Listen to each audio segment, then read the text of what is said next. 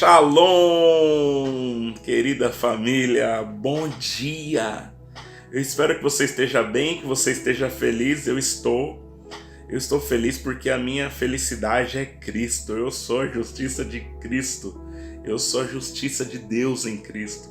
Eu sou próspero, nós somos porque vivemos debaixo do favor de Deus. Somos curados, desfrutamos de saúde no corpo e na alma, porque fomos também libertos de toda culpa, condenação e podemos viver bem e abundantemente no Senhor, porque essa é a vida que Deus conquistou para nós. Amém? Tô tirando aqui a notificaçãozinha, que senão vai ficar plim, tocando aqui enquanto eu tô gravando o devocional para você. Gente, maravilha! Eu quero compartilhar com você uma palavra hoje, já vai ser um pouco densa, por isso preste atenção que eu tenho muito texto que eu vou para ler, que eu vou ler aqui com você. Eu vou chamar esse meu devocional Pão Nosso de Rota 66. Rota 66. Por que Rota 66, pastor? Porque eu quero que você se lembre de onde está escrito isso, é Mateus 6,6. Para você guardar que está em Mateus 6,6, eu estou intitulando de Rota 66. Rota 66 trata da vida de oração devocional. Jesus disse assim: mas você, quando orar, vá para o seu quarto, feche a porta e ore ao seu pai. Ore ao seu pai que não pode ser visto, ou que o vê em secreto, e o seu pai que o vê em secreto lhe dará recompensa. Eu quero repetir para você: mas você, quando orar, vá para o seu quarto, feche a porta, ore ao seu pai que não pode ser visto, e o seu pai que te vê em secreto lhe recompensará. Amém? Guarde isso.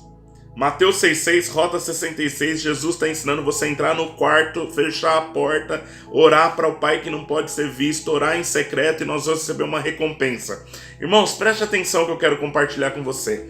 Talvez você não saiba, mas o templo erguido por Salomão, na cidade de Jerusalém, ele, além de ter átrio, lugar santo, lugar santíssimo, ele tinha uma estrutura administrativa onde haviam várias salas. Preste atenção nisso, você vai achar isso maravilhoso. Eu quero ler vários textos para te mostrar isso e você vai ficar encantado com aquilo que eu quero falar para você aqui. 1 Reis, capítulo 6, verso 5, diz assim: encostados nos lados e nos fundos do templo, Salomão construiu 3 andares de salas, cada andar medindo 2,20 metros de altura, então pé direito baixo. Essa sala que eu estou aqui é uma sala de pé direito normal, é 2,60 metros, 2,40 metros, já é um pé direito um pouco mais baixo, 2,80 metros ainda é um pé direito normal, mas já é um pouquinho mais alto. Acima disso já é considerado um pé direito, uma altura de sala um pouco maior. Então essas salas eram baixas. 3 andares de salas, não são 3 salas umas sobre as outras, são 3 andares cheias de salas administrativas. O templo erguido por Salomão tinha várias salas, guarde isso.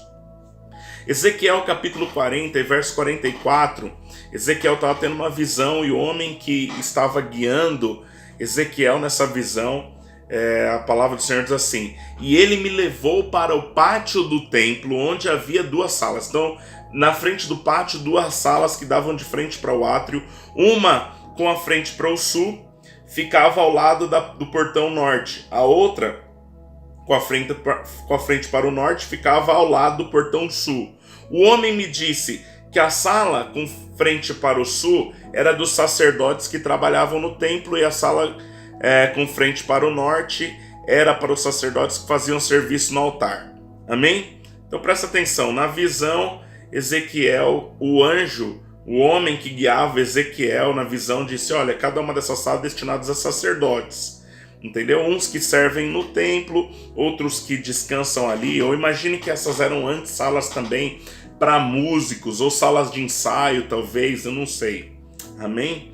Olha que interessante, ó, 1 Reis, capítulo 14, verso 28, diz assim: sempre que o rei ia ao templo, os guardas usavam os escudos e depois os levavam de volta para a sala dos guardas. Então nós sabemos que uma daquelas salas nesses 3 andares certamente era uma sala de guarda, onde os guardas, os vigilantes, guardavam seu material bélico. Então, quando eles direcionavam o rei ao templo, quando o rei iria cultuar, eles vinham escoltando o rei, e quando o rei chegava ali no templo, do palácio ao templo, eles retiravam seu material bélico e não podiam entrar no templo com seu material bélico. Então eles tinham que deixar o seu equipamento de segurança em uma daquelas salas que estava ali estabelecida para este fim. Segundo Reis, capítulo 1, verso 1 e 2 diz assim: assim que Atalia, a mãe do rei Acasias, soube da morte do filho, deu ordem para que todas as pessoas da família real fossem mortas. Somente Joás, filho de Acasias, escapou. Ele ia ser morto junto com os outros, mas foi salvo pela sua tia Jeossebá, que era filha do rei Jeorão e meia-irmã de Acasias. Ela levou Joás e a sua babá para um quarto do templo, ok? Então, Joás era um mocinho. Quando o pai dele morreu, quando souberam que o pai dele morreu, deram uma ordem para que aniquilassem todos os seus descendentes. A sua tia o livrou escondendo em uma dessas salas que estava ali no templo, que foi levantado pelo rei Salomão. Então, você começa a perceber que essas salas tinham diversos usos. Inclusive, essa sala foi a sala onde um desses reis foi escondido e foi liberto da morte. Está acompanhando comigo esse raciocínio? Olha que interessante a palavra do Senhor. Lá em Neemias 10:38, nós temos então a última sala que eu quero mostrar aqui para os irmãos. Não estou falando de todas as salas. Estou falando que elas tinham alguns usos. Mas aqui em Neemias 10:38, eu vou construir com outro texto aqui. Eu quero terminar dizendo algo para você. Um sacerdote descendente de Arão deverá estar junto com esses levitas que recolhem a 10ª parte das colheitas, e a 10ª parte de todas as 10ª partes que forem recolhidas deverá ser levada para os levitas para os depósitos do templo, a fim de serem usados no templo. Talvez você já está entendendo o que eu estou querendo dizer, mas lá em Malaquias 3:10 a Bíblia diz assim, eu, Senhor Todo-Poderoso, ordeno que tragam todos os seus dízimos à casa do tesouro. Ok? E aí eu encerro. Preste atenção, eu vou rapidamente aqui concluir tudo que eu estou dizendo.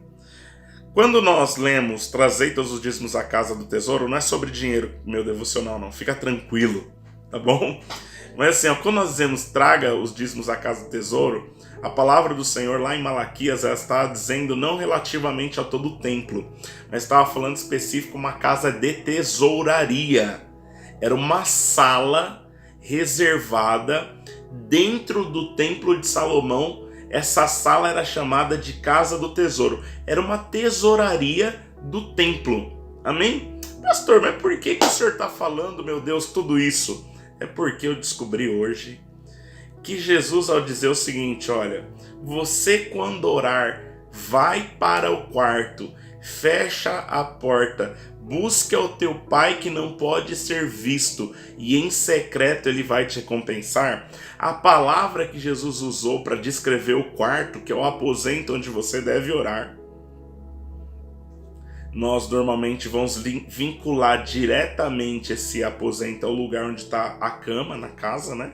O quarto é o lugar onde nós dormimos, o lugar onde nós descansamos, é um lugar de intimidade.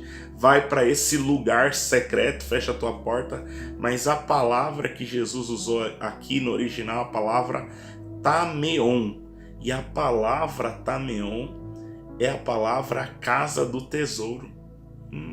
Então Jesus literalmente estava falando desse aposento onde você dorme. Mas para usar essa descrição, ele usa uma palavra que também fazia referência à casa do tesouro, a tesouraria do templo, a tesouraria do templo. E o aposento onde está a cama na casa, o quarto, o lugar de descanso, eles tinham o mesmo nome, tameon. Então vamos trocar isso? Vamos imaginar o seguinte, você quando orar, vá para Tameon, a casa do tesouro, feche a porta, amém?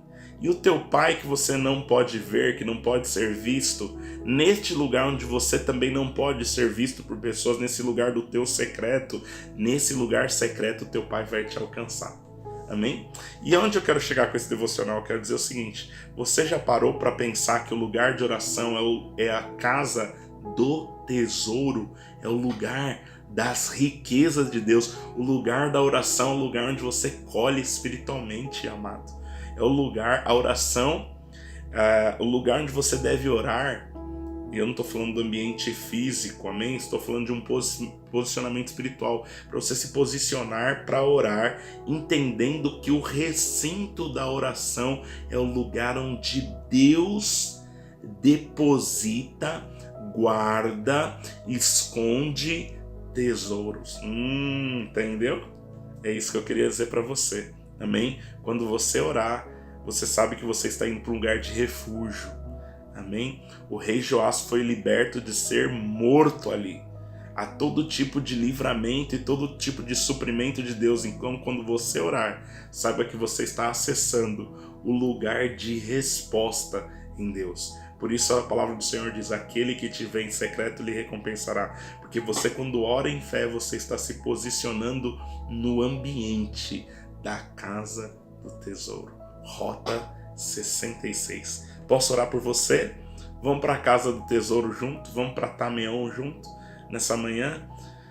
Coloque aí o teu coração diante do Senhor. Oh, Senhor, obrigado por nos mostrar isso na tua palavra nessa manhã. A oração, oh Deus, ela deve ser feita no ambiente onde o Senhor guarda os tesouros, onde nós temos essa certeza de que quando acessamos, ó Deus, a intimidade, no nome de Jesus, estamos acessando o lugar onde o Senhor reserva todas as riquezas do templo, tudo aquilo que o Senhor tem reservado para liberar para os sacerdotes, aqueles que ministram diante do Senhor. E nós somos os tais: sacerdócio real, nação santa, povo de propriedade exclusiva do Senhor, chamados a anunciar as virtudes daquele que nos chamou das trevas para a sua maravilhosa luz. O Pai que nos vê em secreto, a tua palavra diz, Jesus, nos recompensará. E eu declaro em nome de Jesus que nós estamos entendendo essa palavra e que nessa manhã estamos nos apossando, nos apropriando dos tesouros reais que o Senhor tem reservado para a tua igreja. Amém? Oramos no nome de Jesus. Querido, eu espero que você tenha sido abençoado por esse devocional e eu declaro que você vai ter um bom dia guardado pela presença de Deus. Shalom.